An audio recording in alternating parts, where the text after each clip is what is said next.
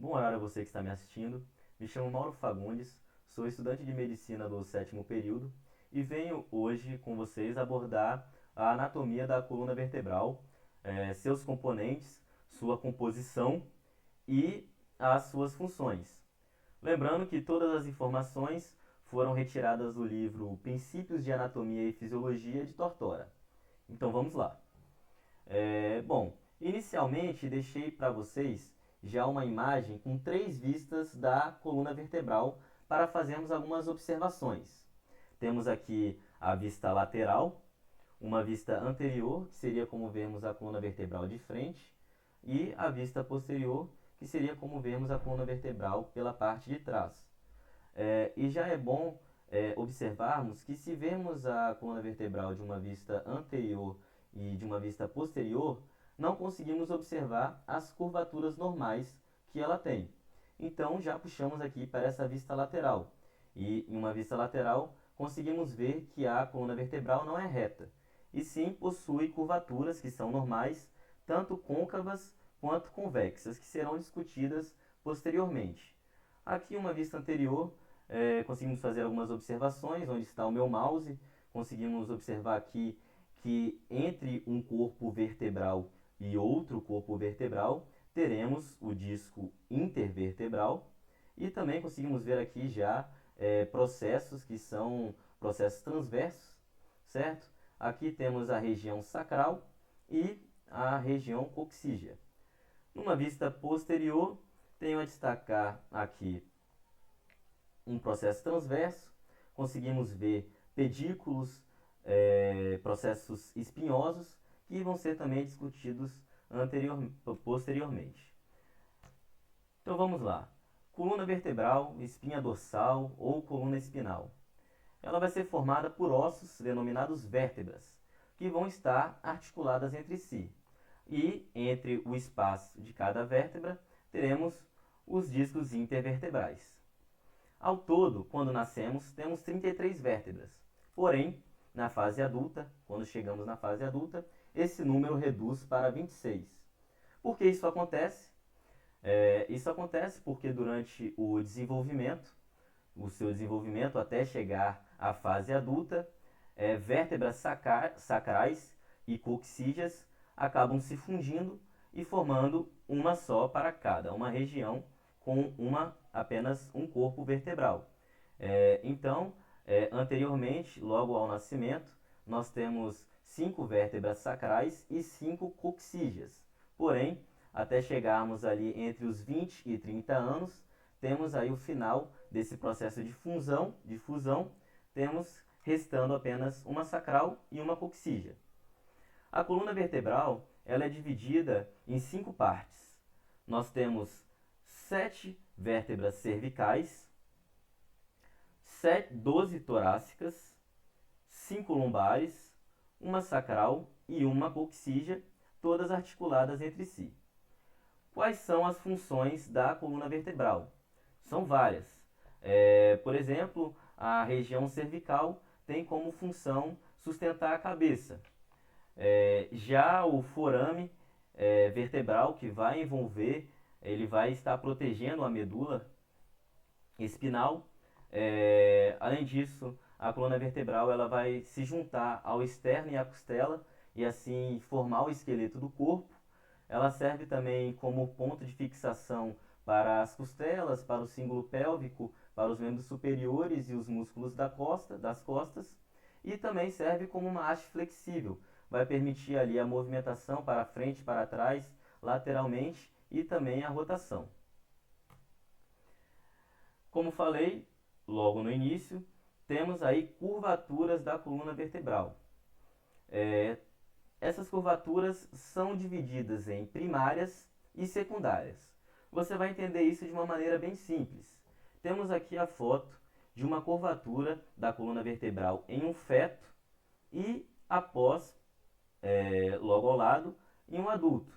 Conseguimos observar que o feto tem apenas uma curvatura, que tem posição côncava, é uma curvatura côncava.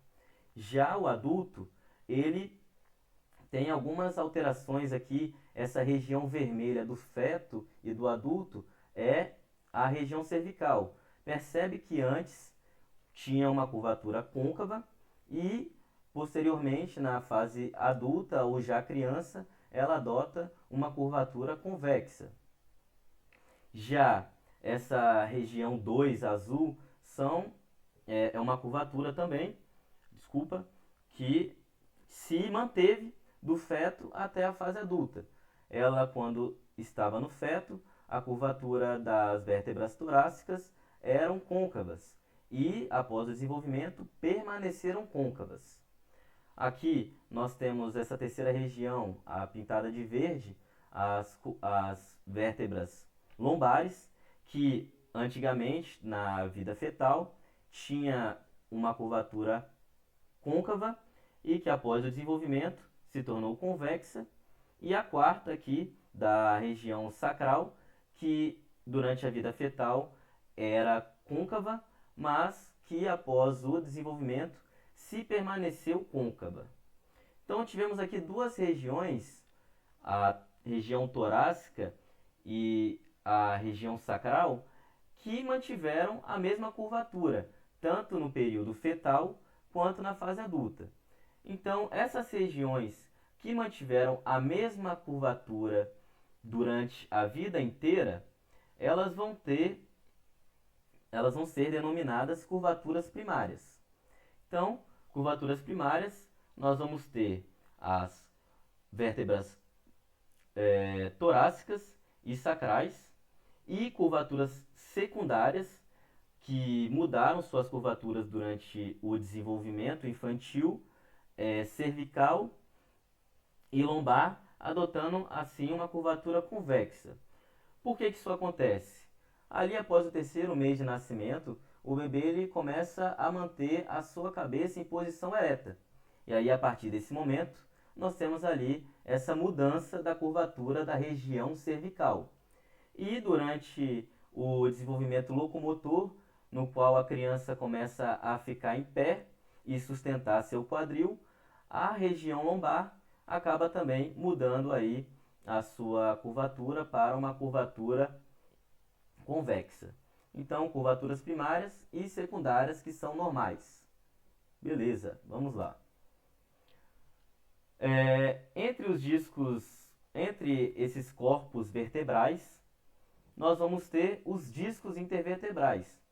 E esses discos intervertebrais, eles vão estar aqui, como na imagem mostra, abaixo da superfície inferior de um corpo vertebral e acima, na superfície superior de outro corpo vertebral, nós vamos ter ali o disco intervertebral. Vai ter uma parte externa, composta por uma cartilagem fibrosa, que vai ser denominado anel fibroso, que vai estar conferindo ali fortalecimento às articulações. Internamente, nós temos o núcleo pulposo. O que é esse núcleo pulposo? É uma substância interna, macia e altamente elástica, formada ali principalmente por elastina, colágeno tipo 3 e água, que vai fazer parte ali de 70 a 90% do núcleo pulposo é água, e é justamente essa água que permite a absorção de choques verticais e que diminui o impacto entre os corpos vertebrais. Certo. Na superfície inferior e superior do disco, nós teremos ali cartilagem hialina, que também vai estar nessa função de permitir ali uma mobilidade das articulações. Porém, umas observações importantes sobre esses discos intervertebrais, uma curiosidade é que durante a noite você fica menor do que durante o dia. Por que isso acontece? O disco intervertebral, ele faz parte de 25% da altura da sua coluna, é conferida por meio do disco intervertebral e a água que tem dentro dele, no núcleo pulposo. Porém, a partir do momento que esse núcleo pulposo é comprimido durante movimentações normais da coluna, essa água acaba extravasando. E aí, com isso, você tem um achatamento desse disco, diminuindo assim o espaço, os espaços intervertebrais, diminuindo um pouco sua altura. De forma que quando você deita e dorme, esse núcleo, esses discos são menos comprimidos, portanto acumulando água, de forma que quando você acorda você está um pouco maior. Outra observação também clínica é que durante o envelhecimento você tem diminuição da água do colágeno tipo 3 na, tanto na água, tanto no núcleo pulposo quanto nos ossos, que vai conferir fraquezas ósseas e também é, diminuindo esse colágeno, essa elastina e essa água do núcleo pulposo, você vai ter uma diminuição da flexibilidade da coluna e maiores choques e impactos decorrentes de movimentos diários do idoso. É, um, uma outra observação é que esses discos intervertebrais eles são avasculares, portanto o suprimento dele vem do corpo vertebral, que vai ser discutido mais posteriormente.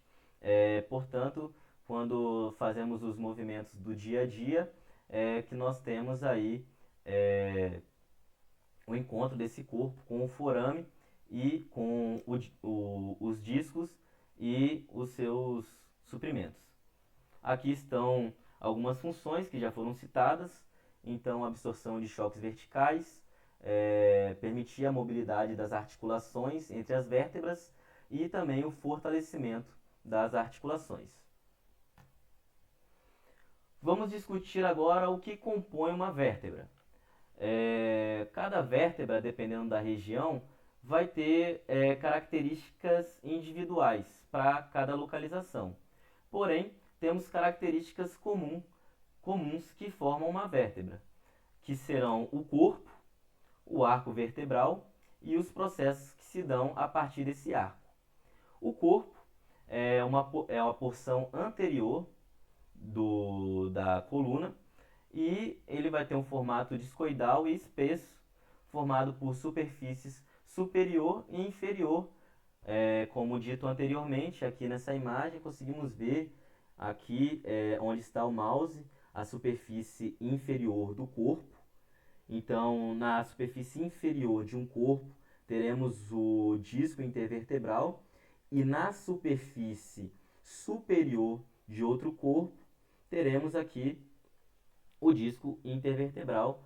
Então, superfície inferior e superior do corpo, tendo como função a fixação desse disco intervertebral.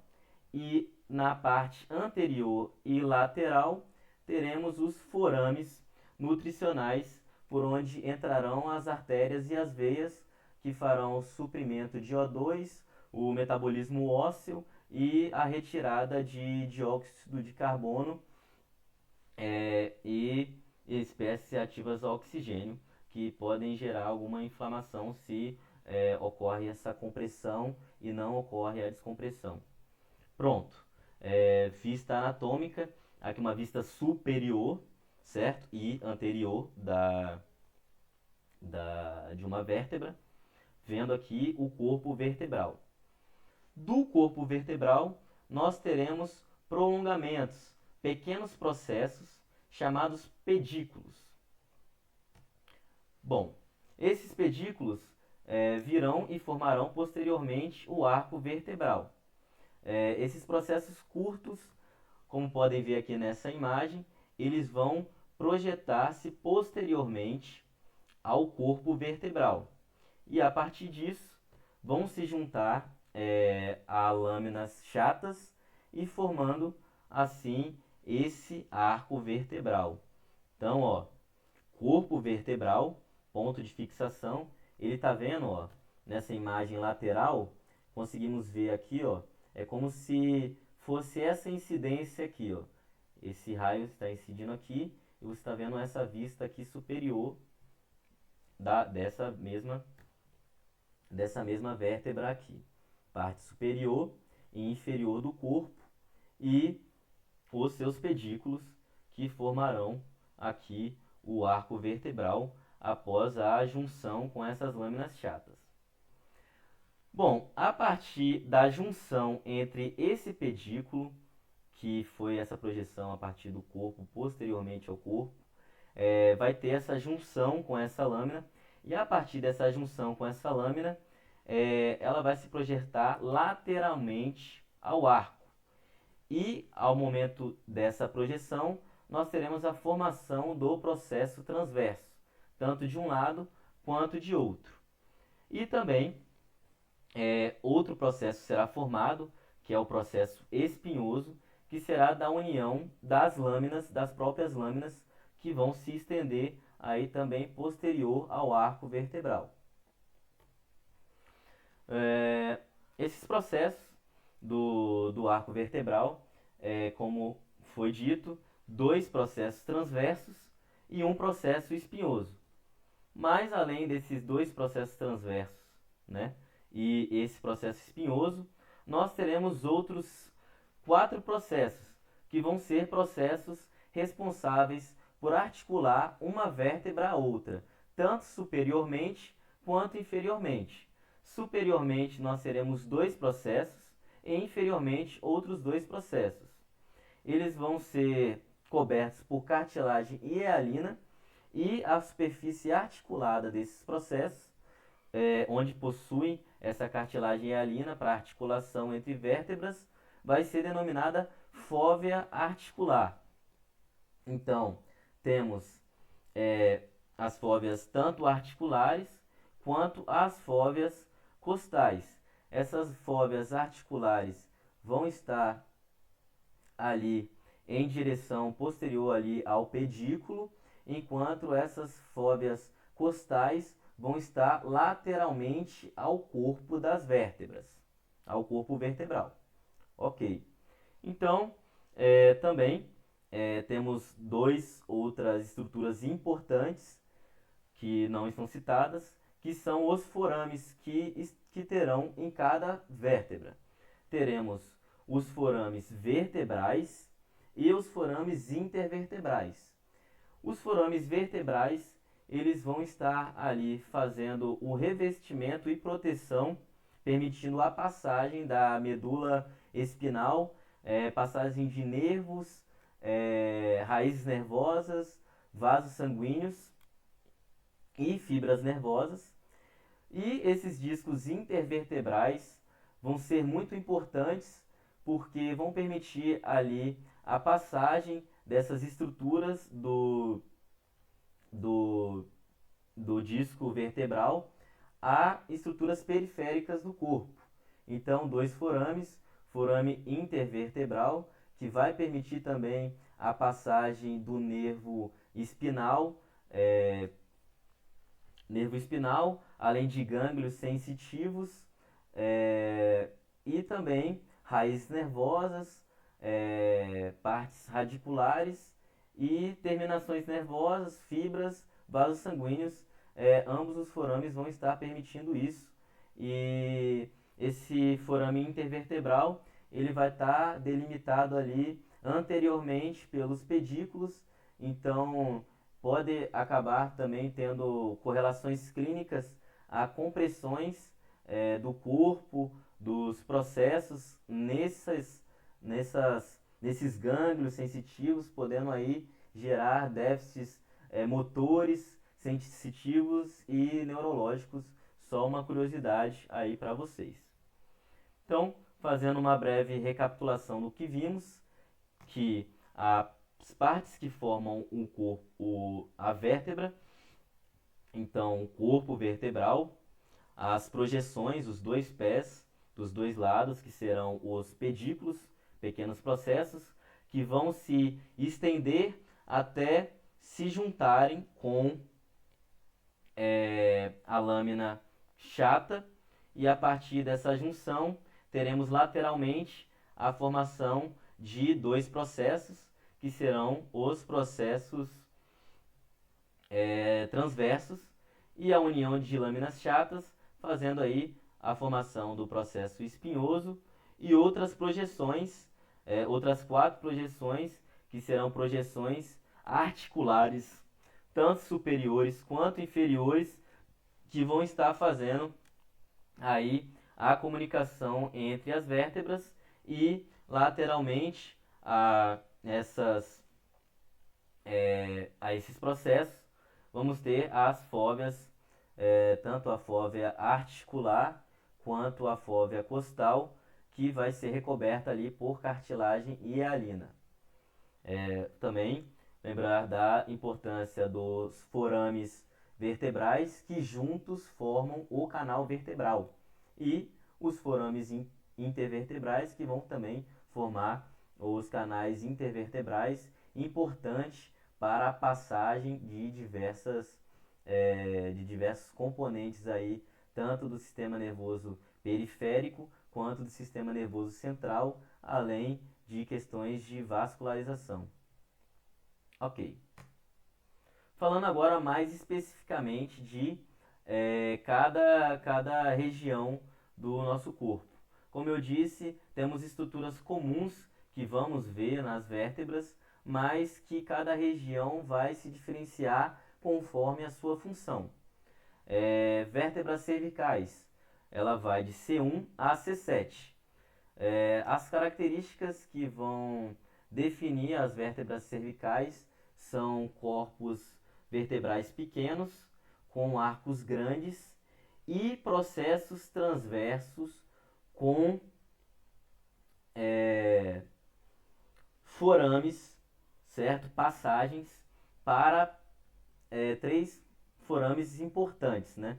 Temos ali o forame vertebral, que é o do arco, que é por onde passa a medula espinal, e teremos aqui forames também nos processos transversos, algo que não iremos ver nas outras vértebras.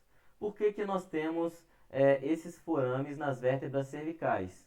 Justamente para a passagem da artéria vertebral, veias e fibras nervosas que vão acompanhá-la. Então, uma característica das vértebras cervicais é que os processos transversos vão ter ali forames, vão ser passagens para a artéria vertebral e os componentes que a acompanham, certo? Esses arcos, eles são um pouco maiores do que o das outras vértebras, justamente também porque vai abrigar o alargamento da medula espinal. Então precisa de um canal maior. Ok. E também outra coisa que acaba caracterizando as vértebras cervicais a partir da C2 a C6 são os processos espinhosos bífidos, ok? Conseguimos ver aqui, só deixa eu voltar aqui, por onde o meu mouse está passando, você consegue ver aqui uma projeção bipartidária, conseguimos ver então essa característica bífida do processo espinhoso, características da C2 a C6 das vértebras cervicais e os forames dos processos transversos comuns e específicos das vértebras cervicais. Vamos falar agora de duas vértebras cervicais que se diferem uma das outras e também de todas as outras vértebras da coluna vertebral.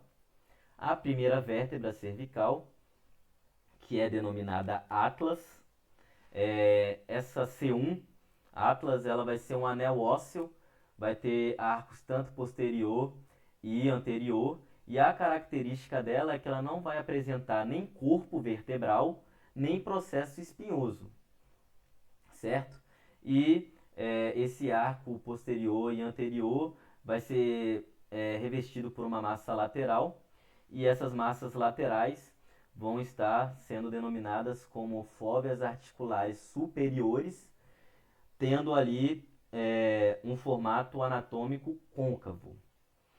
Essa C1 ela vai ser importante porque vai permitir a extensão de flexão e extensão da cabeça, que é justamente o gesto de sim, que você faz a flexão e extensão da cabeça, articulando-se com o osso occipital, a partir dos côndilos occipitais, formando ali a articulação atlanto-occipital. Coisas importantes, então, a se lembrar da atlas, um anel ósseo com arco posterior e anterior, certo? Que não vai ter corpo, você consegue ver aqui, que que na vista anterior já temos logo o arco anterior, não temos um, um corpo vertebral, nem processo espinhoso, que estaria aqui nessa região do arco posterior. E, além disso, a grande particularidade do Atlas, que é a conferência de movimentação, de flexão e extensão da cabeça a partir da articulação atlanto-occipital, que se dá entre o osso occipital, que vai estar ali na região inferior do crânio, a partir dos côndilos occipitais. Temos também outra particularidade na segunda vértebra cervical, que vai ser o ápice, que vai ali se articular com o atlas, permitindo agora o movimento lateral da cabeça. Então, essa articulação atlanto-axial vai permitir ali o movimento dinâmico, o movimento lateral da cabeça. Diferentemente do Atlas, ela vai ter sim um componente, um corpo vertebral. Vai ter um processo espinhoso, certo? Vai ter uma lâmina, vai ter também o forame vertebral, as suas fóbias, processos articulares e também os processos transversos. Porém, a característica específica do axis é justamente esse processo odontoide aqui que eu estou com o mouse. Ele vai ser importante porque ele possui essa pequena projeção chamada dente, processo odontoide ou dente, que vai servir como pivô da articulação atlanto-axial. O que acontece? Que esse processo odontoide, ele vai se projetar superiormente através da porção anterior do forame vertebral do Atlas.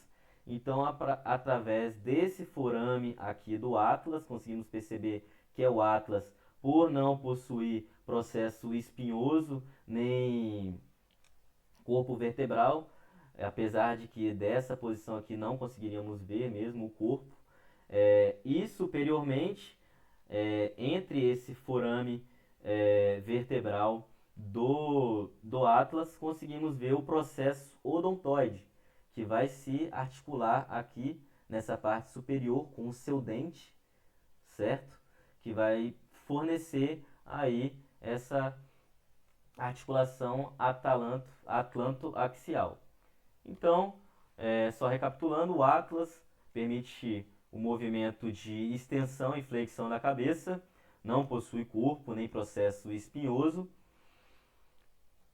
enquanto que o Axis já possui corpo e sua articulação é justamente esse processo odontoide superiormente, que se projeta superiormente ao forame vertebral do Atlas, se articulando e permitindo esse movimento lateral da cabeça. Ademais, as outras vértebras, a partir desta vértebra, entre C1 e C2, já temos ali discos intervertebrais e essa característica lateral aqui, que são, aí, vocês lembram? O que são? Os forames transversos dos processos transversos específicos das vértebras da coluna cervical, que vão permitir aqui a passagem, né, da artéria vertebral. Ok. Vamos para as vértebras torácicas, T1 a T12. Elas vão estar localizadas ali posteriormente à cavidade torácica. Elas vão ser maiores e mais fortes que as vértebras cervicais. Temos ali a característica de processos espinhosos mais longos de T1 a T10 e processos mais curtos em T11 e T12. Esses processos transversos, eles vão possuir aqui fóveas costais, que é aquele revestimento de cartilagem e hialina, tanto fóveas costais transversas, também como fóveas costais que vão permitir ali a articulação com a cabeça das costelas, certo? Então, fóveas transversas, como eu havia comentado, a partir do processo transverso, essa parte aqui mais azul, vai ser a fóvea transversa e essa fóvea costal que vai estar ali no corpo dessa vértebra torácica, que vai permitir a articulação entre as vértebras torácicas e a cabeça das costelas, e também o tubérculo das costelas. Consegue observar aqui por essa imagem esse processo espinhoso mais alongado, né? Ali, aqui nessa imagem, mostrando a primeira vértebra torácica. Vértebras lombares. Elas têm características de serem vértebras maiores e mais fortes desses ossos que formam a coluna vertebral, justamente para suportar a grande quantidade de peso corporal que fica submetido às vértebras lombares, já que quanto mais inferior da parte céfalo-caudal vai se aproximando mais inferiormente, o peso entre uma vértebra e outra vai aumentando. Por conta disso, essas vértebras lombares elas precisam ter corpos maiores e mais fortes, justamente para suportar essa grande quantidade de peso que é conferida a elas. Os processos espinhosos dessas vértebras vão ter formato quadrilátero, são grossos e largos, com projeções praticamente retas, e posteriormente nós vamos ter processos espinhosos bem adaptados para a fixação dos músculos das costas. Temos aqui a curvatura lombar, 5 vértebras lombares. Lembrando que a curvatura lombar, ela é uma curvatura o quê? Secundária, né? Que tem aqui, ó, uma curvatura convexa que se dá ao longo do desenvolvimento da forma adulta. Temos aí agora as vértebras sacrais e coxígeas, que vão ser abordadas posteriormente. E o que são as vértebras sacrais? O sacro mesmo, ele vai ser um osso triangular, justamente a partir da fusão de 5 vértebras sacrais. Essa fusão vai se iniciar entre os 16 e os 18 anos e a união completa, essa fusão se termina a partir dos 30 anos, você já tem completa a fusão dessas vértebras sacrais. Ela fica localizada posterior à cavidade pélvica medial, vai servir como base para o cíngulo pélvico. O lado anterior ele é côncavo, então eu tenho uma imagem aqui para mostrar essa vista anterior côncava que vai ali estar justamente voltado para a cavidade pélvica anterior, para dar a cavidade pélvica. Esse lado anterior côncavo ele vai ser liso, vai possuir 4 linhas transversais que vai justamente identificar a união desses corpos vertebrais sacrais. A porção inferior vai ser o ápice e a parte superior base. A parte superior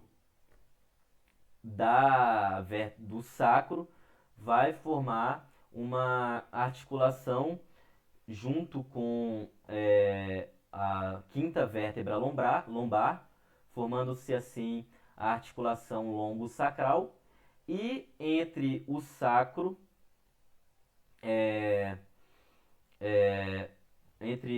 ao lado do sacro, você vai ter superfícies auriculares, certo? E essas superfícies auriculares, formato de orelha, que podemos observar aqui, vai se articular com o ilho dos ossos do quadril e formar assim a articulação sacroilíaca. Posterior a essa superfície sacral, nós teremos a tuberosidade sacral, que vão ser depressões que vão estar ali com função de fixação também para esses ligamentos. Temos o cóccix, que é a fusão de geralmente 4 vértebras coxígeas que vão se fundir também com a sacral, só que uma fusão mais tardia, que se dá ali dos 20 aos 30 anos. Ela lembra justamente um cuco, o bico de um pássaro chamado cuco, por isso o nome é cox, certo? Em sua face dorsal, vamos ter ali cornos coccígeos que vão estar conectados ali com os cornos sacrais, além também de se articular com o ápice do sacro, que vai estar na parte inferior, certo? Aqui são as vistas superiores, a vista anterior tanto do cóccix quanto a vista do sacro, certo? Espero que vocês tenham gostado. Essa foi a minha segunda videoaula. Ainda pretendo evoluir bastante na didática, porém, todo o conteúdo retirado foi bem referenciado e embasado, ok? Nada retirado de fontes duvidosas. Espero que vocês tenham aproveitado. Vou deixar aqui no link o link do PowerPoint com esse material que eu fiz. E espero que vocês aproveitem e busquem mais informações. O que ficou de dúvida, revejam o vídeo ou tentem tirar essas dúvidas com boas bases para que vocês consigam ter boas informações e informações verídicas sem ser senso comum, já que para a formação científica do médico precisamos de uma linguagem bem embasada, bem referenciada e que consigamos entender, né? Desejo a todos uma boa continuidade de estudo e até breve com assuntos mais pertinentes para a sua formação.